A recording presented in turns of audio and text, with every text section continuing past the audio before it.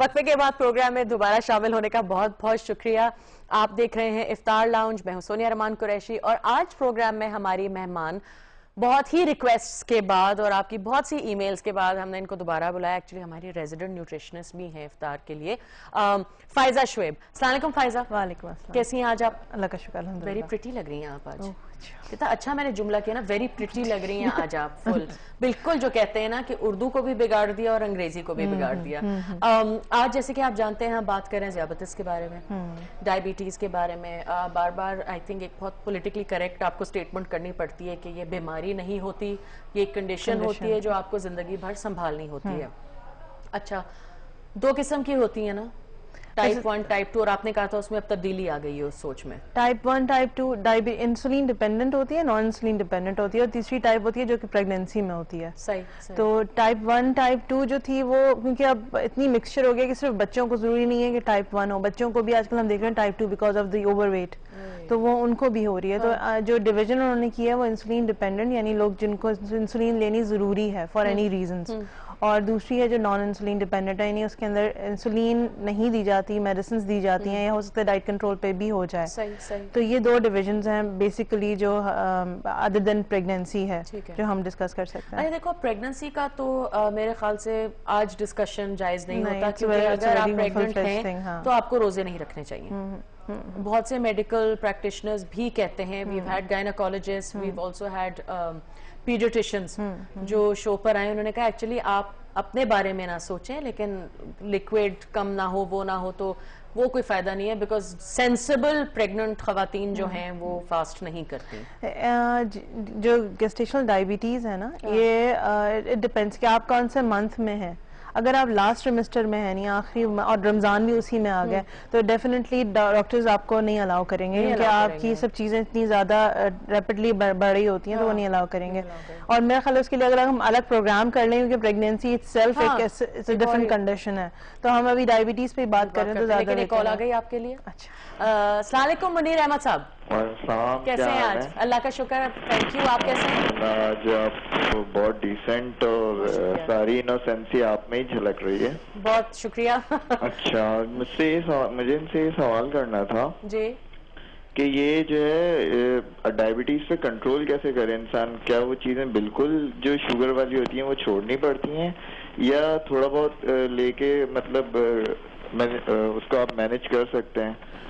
और दूसरी चीजों में अब एक इनका आपका क्या कहते हैं, डायबिटीज किस लेवल का है ना, वो बहुत मैटर करता है। चलिए इसका एक जनरली जवाब दे देते हैं ताकि लोगों का जो भी वो हो कंसर्न है वो देखिए, अगर जो समझ में आया, दो तरह के डायबिटीज से कैसे बचा जा सकता है, और अगर डायबिटीज हो गई है तो उसको कैसे कंट्रोल किया जा सकता है। अगर डायबिटीज नहीं हुई है, फैमिली में टेंडेंसी है, तो आप एक तो अपने वजन को बहुत कंट्रोल रखें। This is very important. अगर आपका वजन ज्यादा है तो you need to be very control for your diabetes. सही, क्योंकि अगर डायबिटीज हो, वजन ज्यादा होगा तो डायबिटीज होने के चांसेस बहुत ज्यादा हैं। तभी तो हम सब इतने स्लिम एंड स्मार्ट हैं, सारे रहमान जो हैं। हाँ, सारे। दूसरा जो इनका क्वेश्चन जो मुझे समझ में आया कि डायबिटीज हो गई है तो क्या चीनी बिल्कुल खत्म कर दें या मीठा बिल्कुल इस्तेमाल ना करें? देखिए, डायबिटीज इज नॉट समथिंग कि आप कोई डाइट है उसके ऊपर लेबल कर देंगे दिस इज डायबिटिक डाइट। सही है, वो एक नॉर्मल बंदा है, खाना पीना इसका वही है जो सब लोग नॉर्मल खाते हैं, कंट्रोल करें। और वो sorry to cut you Faiza, लेकिन एक मैं यहाँ बात उठाना चाह रही थी, क्योंकि मेरी फैमिली में एक तो डायबिटीज भी है, उसके अलावा वो भी हैं कि आप अगर ख्याल नहीं करेंगे तो आप डायबिटीज की तरफ जा रहे हैं। So both my mother and my aunt, उनको कहा गया था कि आपको कार्बोहाइड्रेट्स बहुत कंट्रोल करने हैं। तो इस बात में कुछ सच्चाई है या नहीं कि बिकॉज ऑब्वियसली शुगर्स भी कार्बोहाइड्रेट्स में ही शामिल हो जाते हैं? टाइप ऑफ कार्बोहाइड्रेट बहुत इंपॉर्टेंट है। अगर हम ये सिर्फ कह देंगे कार्बोहाइड्रेट लिमिट करें तो हर चीज कार्बोहाइड्रेट है। रोटी कार्बोहाइड्रेट है, चावल कार्बोहाइड्रेट है, सब्जी कार्बोहाइड्रेट है, फ्रूट कार्बोहाइड्रेट है, मीठा बाय इटसेल्फ कार्बोहाइड्रेट है। तो हम कहाँ तक बचेंगे? क्या सब कुछ खाना छोड़ दें? ये तो नहीं हो सकता।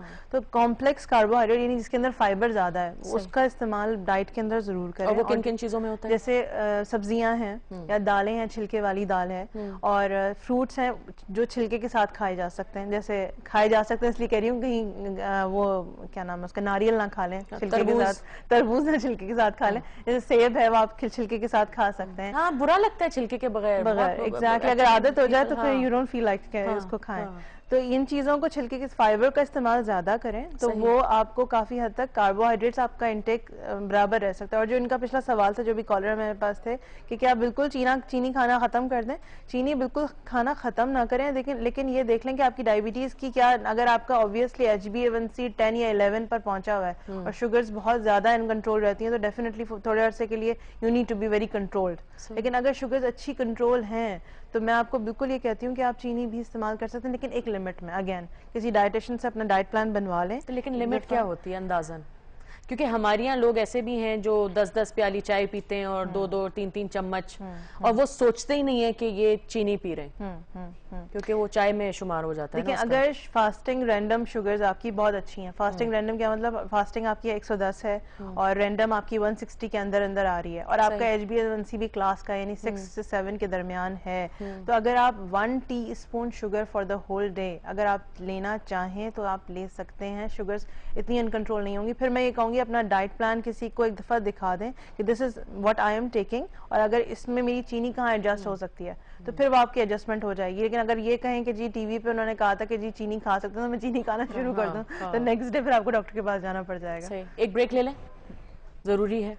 एक छोटा सा वक्फा लेंगे, लेकिन वक्फे पे जाते हैं इससे पहले मैं आपसे कहती जाऊं कि प्लीज इस बात का बहुत फ़ायदा उठाना चाहिए क्योंकि आप इतने ईमेल्स करते हैं न्यूट्रिशन और ग़िज़ा के हवाले से और क्या सेहतमंद खाना है और रमज़ान के हवाले से भी। उसके अलावा भी अगर आपके न्यूट्रिशन के हवाले से कोई सवाल हैं तो प्लीज़ कॉल करें क्योंकि जैसे कि आप जानते हैं कि फ़ायज़ा बैठी हुई हैं और मेरा वेट भी मॉनिटर करने की कोशिश कर रही हैं। लेकिन चलें छोटा सा ब्रेक लेते हैं, फिर वापस आके उस गुफ्तगू की तरफ जाएंगे।